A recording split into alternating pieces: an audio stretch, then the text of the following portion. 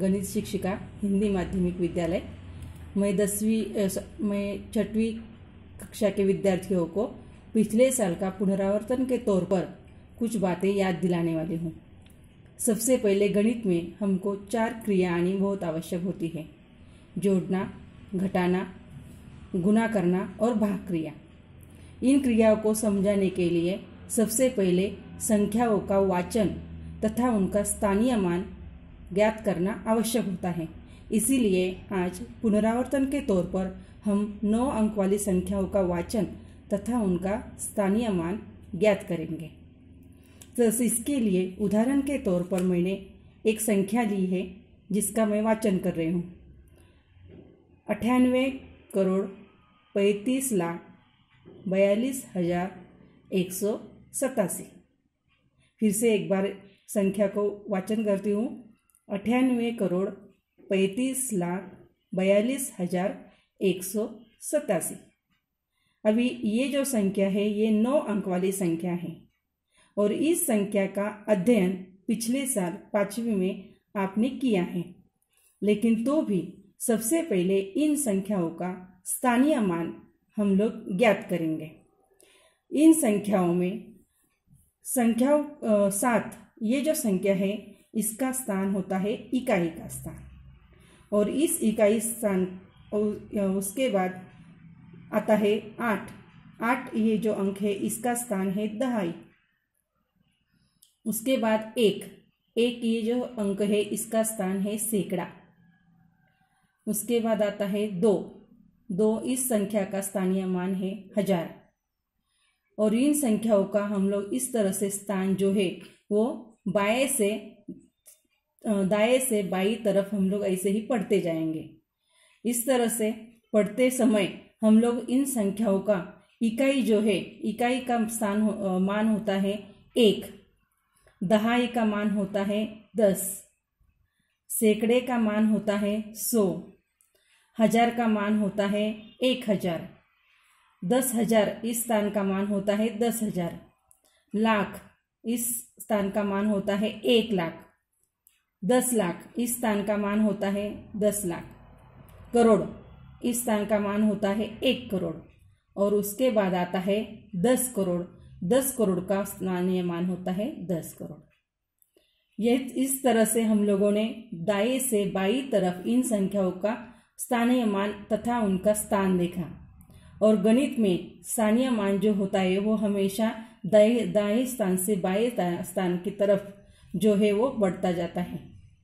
अभी इसमें इकाई जो होता है वो सबसे छोटा स्थान होता है जिसका मान होता है 1, और इसीलिए जब हम लोग अंकों का स्थानीय मान ज्ञात करते हैं तब इस किसी भी अंक को उसके इकाई स्थान का जो मान होता है उससे गुना करने पर उस अंक का स्थानीय मान हमें मिलता है। जैसे कि उदाहरण के तौर पर यहाँ पर इकाई स्थान पर 7 अंक है और इकाई का मान है 1, और इसीलिए 7 को 1 से गुना करने पर उस अंक का मान आया है 7। उसी तरह 8, ये अंक दहाई स्थान पर है और दहाई स्थान का मान 10 है, इसीलिए 8 और 10 इन दोनों का गुना करने पर 8 का स्थानीय मान हुआ 80। उसके बाद 1, यह सैकड़े के स्थान पर है, इसलिए उसका मान है 100, और इसीलिए उस संख्या का उस अंक का मान हुआ 100। उसके बाद आता है 2 का मान है 1000, 9 का स्थान है 1000, और इसीलिए 1000 से 2 को गुना करने पर उसका मान हुआ 2000।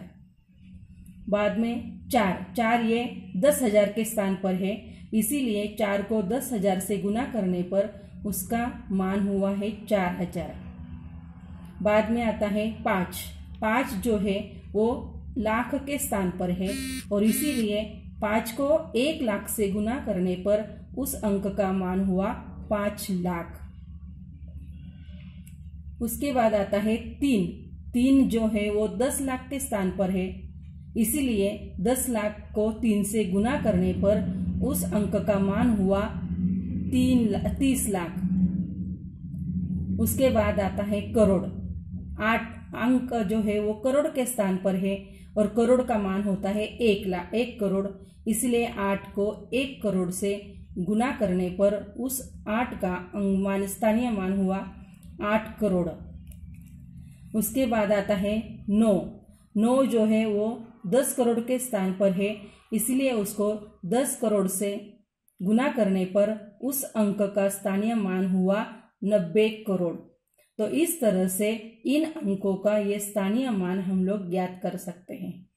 स्थानीय मान ज्ञात करने के बाद इनके जो अंकों का मान हुआ है, तो इन मान को हम लोग अगर जोड़कर देखेंगे तो इस तरह से जो लिखावट की जाती है उसी को ही कहते हैं संख्याओं का विस्तारित रूप।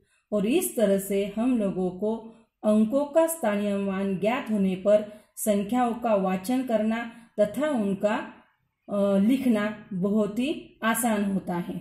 और उसी तरह अगर हम लोगों को शून्य, किस संख्या पर कितने शून्य आते हैं ये भी ज्ञात करना है, तो उसके लिए भी हम लोग इस स्थानीय मान का उपयोग करके हम लोग बता सकते हैं।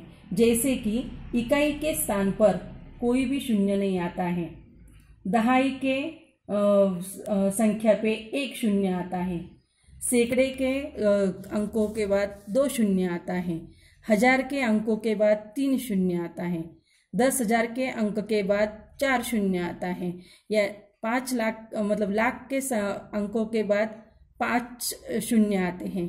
तो इस तरह से हम लोगों को कौन से स्थान में कितने शून्य आते हैं यह संख्या भी हम लोग ज्ञात कर सकते हैं। तो इस तरह से बच्चों आज हम लोगों ने अंक तथा उनका स्थानीय मान किस तरह से ज्ञात किया जाता है इसका थोड़ा सा पुनरावर्तन किया है।